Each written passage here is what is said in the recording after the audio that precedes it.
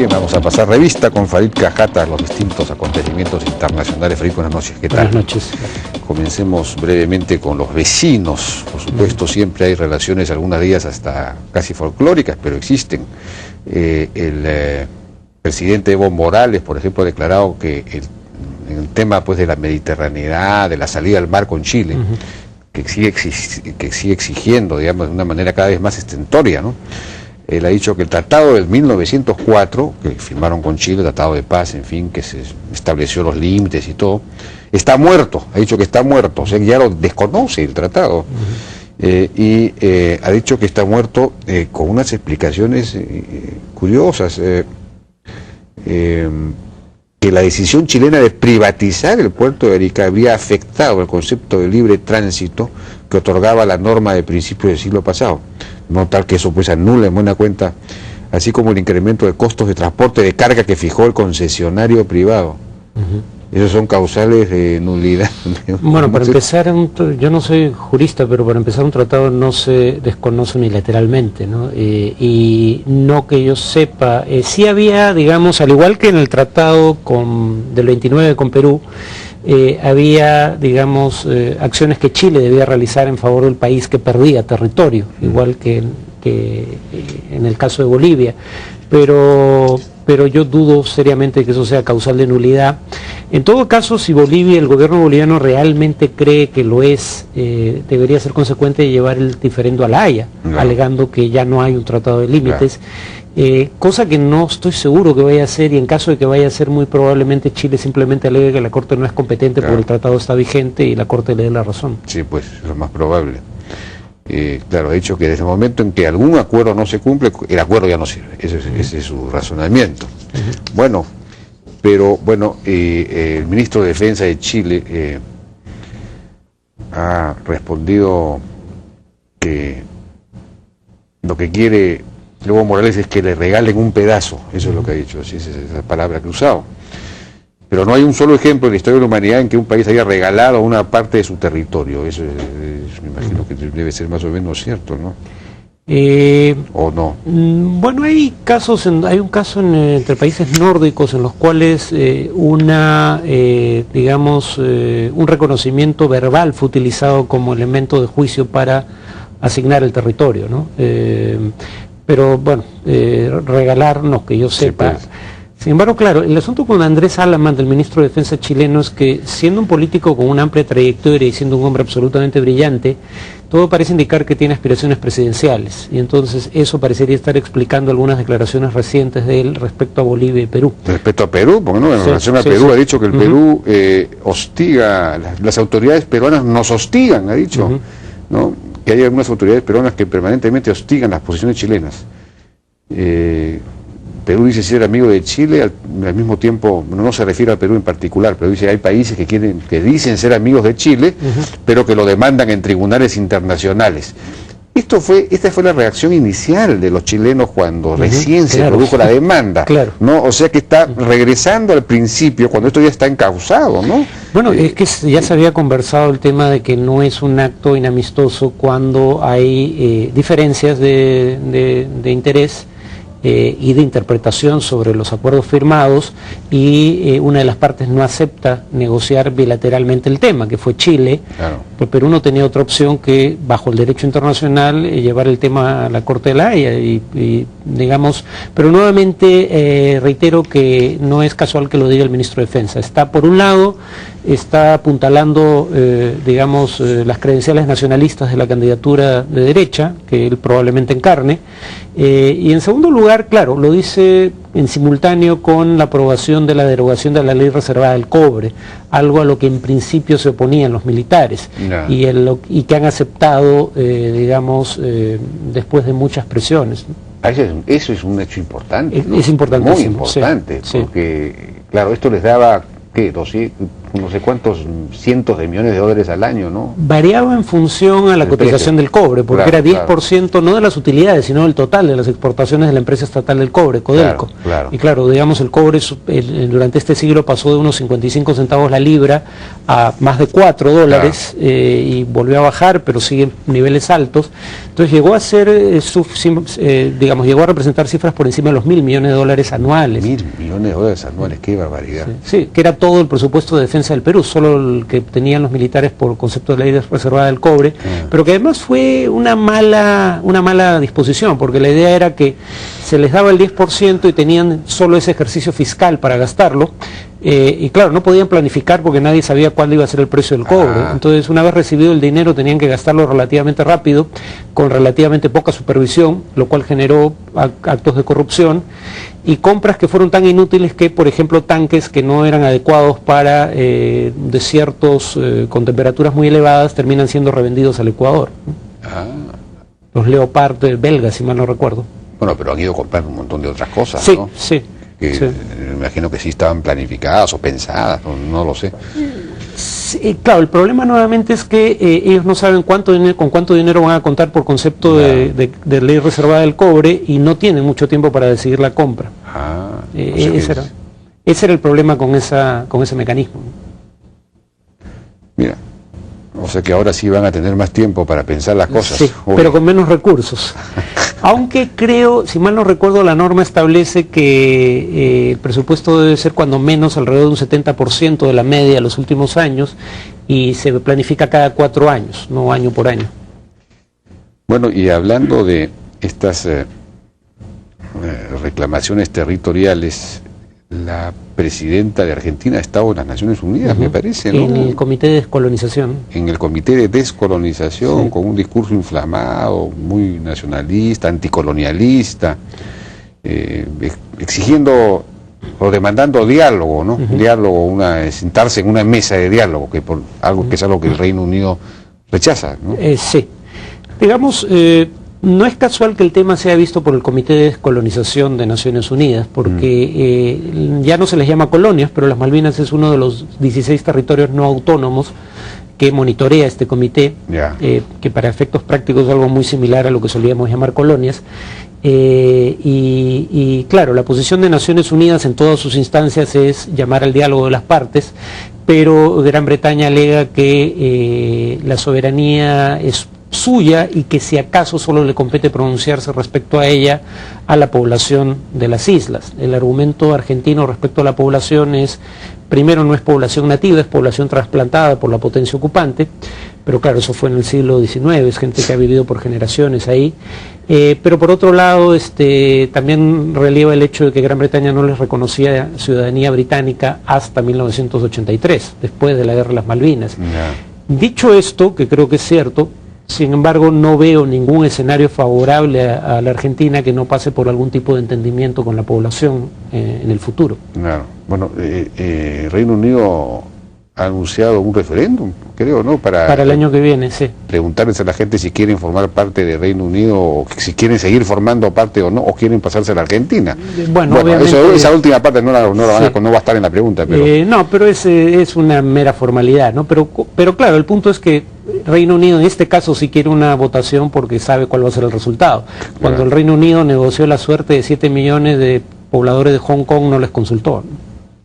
Bueno, sí, pues en ese caso renunció, pero había un acuerdo con la China, ¿no? Llevó un acuerdo con China, pero no consultó a la población de Hong Kong, parte de la cual no quería volver a China, claro. Aunque ese es un ejemplo interesante porque... No, pero eso era la ejecución de un acuerdo previo con la China, ¿no? La devolución, Hong Kong estaba programado a ser devuelto en determinada fecha. Sí, pero el acuerdo fue bilateral entre China y Gran Bretaña sin mediación de la opinión de la población, ¿no? Claro. Sin embargo, es interesante porque es un acuerdo en donde lo que China llama un país, dos estados, un estado, dos sistemas, ¿no?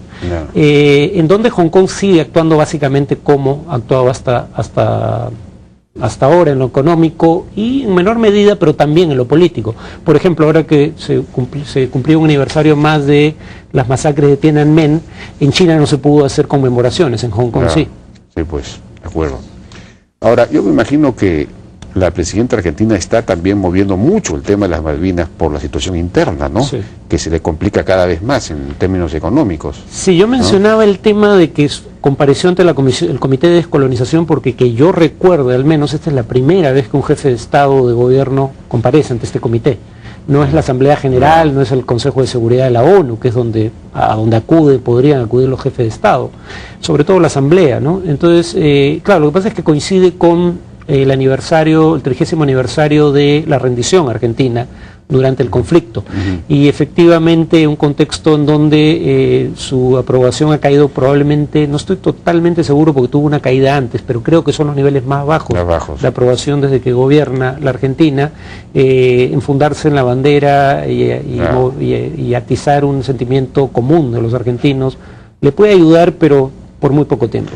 Claro, hay una inflación que ya tiene un buen tiempo en marcha, pero además hay un problema de fuga de dólares, sí, que está ocurriendo ya con cierta intensidad desde hace algunas semanas o meses, y hoy día han aprobado, o ayer han aprobado, por mucho el gobierno argentino envió al Congreso una reforma al Código Civil para que la gente pueda convertir sus deudas de dólares a pesos, no sé, dentro de esta lucha contra la fuga de dólares, no sé qué efecto va a tener eso, pero en fin, son... Pero es difícil hacer cálculos económicos en la Argentina porque el cálculo oficial de la inflación, por ejemplo, merece poca credibilidad, pero está prohibido hacer cálculos privados. Entonces, nadie sabe con certeza cuál es la inflación de la Argentina, ¿no?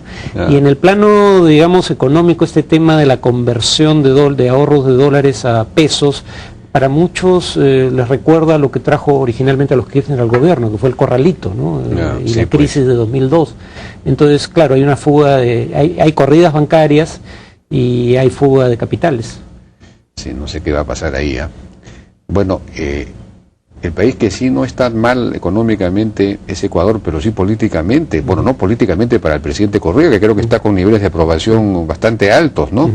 Pero ha ordenado a sus ministros que no den entrevistas a ningún medio que no sea estatal, y que él tampoco, para evitar que la oligarquía de los periódicos, de los medios se llene de plata o haga negocio con sus declaraciones. Una cosa así es lo que he dicho. Bueno, ahí hay dos temas. Él declara que los medios son la verdadera oposición en el Ecuador, cosa que en el caso de algunos medios es probablemente cierto, porque además tiene una oposición, digamos, dispersa, sin una agenda muy clara, y lo peor en temas de medios no es que no vayan a declarar ante ellos, sino el tipo de legislación que se viene aprobando. Una que, por ejemplo, digamos, cuando el presidente acusa de difamación a un periodista, y en honor a la verdad yo sí creo que hubo difamación, lo que no es admisible, sin embargo, es que paguen por eso también el medio y los directivos a los que se podía condenar a prisión, porque era un artículo firmado, el que firma es el responsable, ¿no? Pero además en donde la indemnización fuera de 40 millones de dólares, que para todo efecto práctico es confiscatoria, ¿no? Entonces eso era más importante, y también es importante una norma sobre cómo pueden cubrir las elecciones los medios. Lamentablemente no tuve tiempo de revisarla, pero cuando uno ve el fraseo de la norma, casi no queda claro qué cosa pueden cubrir de las elecciones los medios de comunicación, o sea, porque la idea es que no deberían incidir en el resultado. Así es. Pero la regulación es tan vaga que cualquier cosa podría interpretarse como una violación de la norma. Sí, pues, entonces es una mordaza. Y en el proceso en Venezuela, que es una cosa ya increíble, ¿no? Apareció el otro día Hugo Chávez,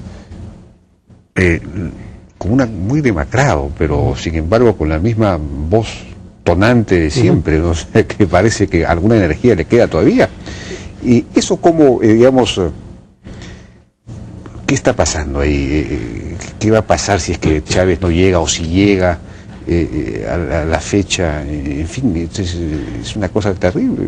Bueno, la razón por la que caben las especulaciones sobre su estado de salud es precisamente que nunca ha aparecido el médico o el equipo médico que lo atiende a dar a conocer el parte médico. Los lee él mismo, pero digamos, no se sabe con certeza cuál es el diagnóstico y el pronóstico, ¿no?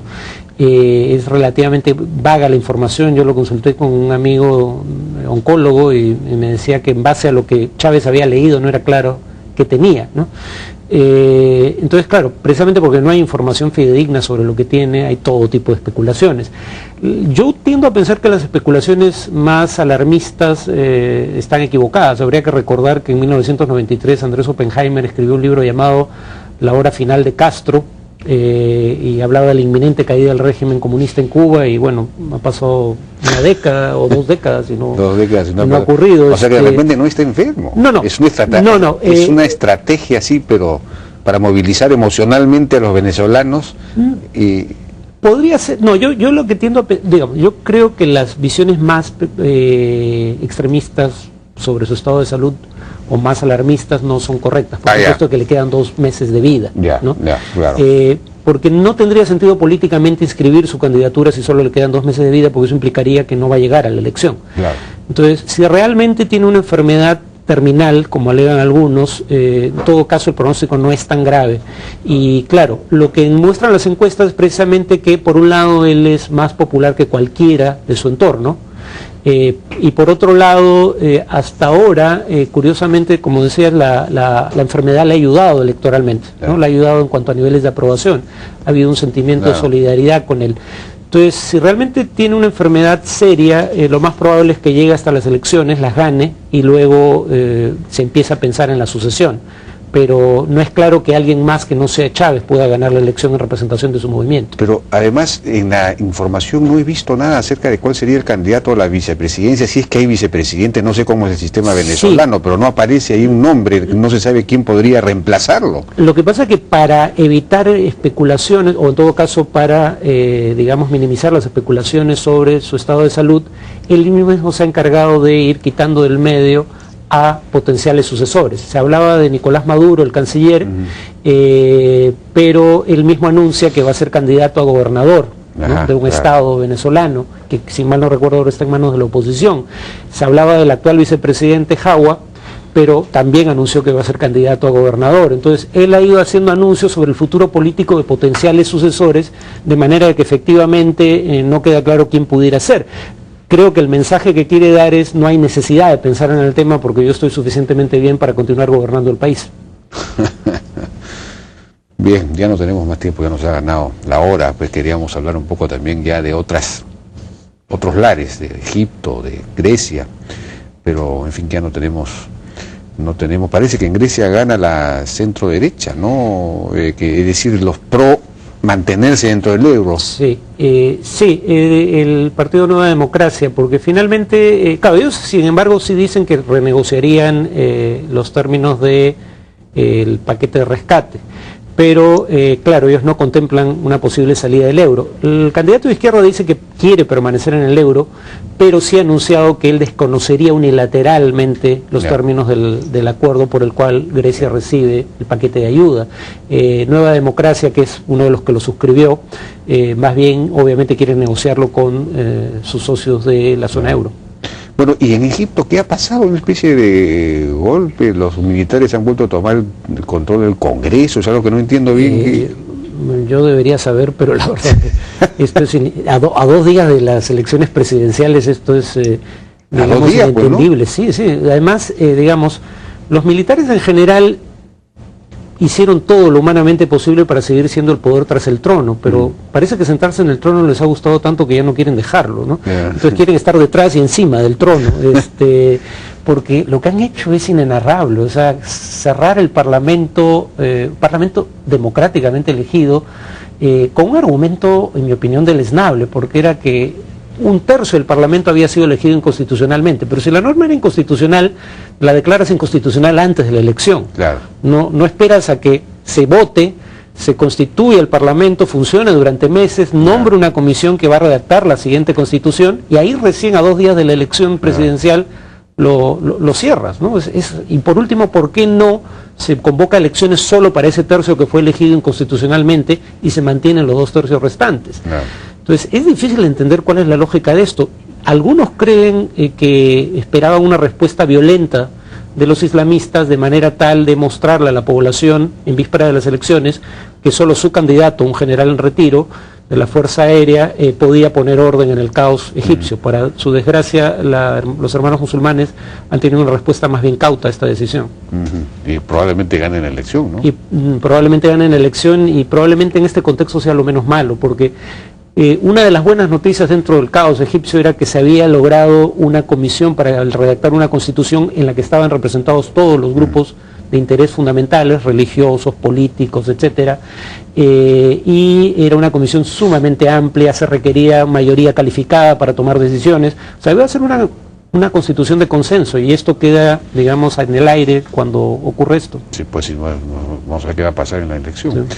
Bien, Farid Cajat, muchísimas gracias por De nada. tu participación, muy interesante como siempre. Vamos a una pausa y regresamos.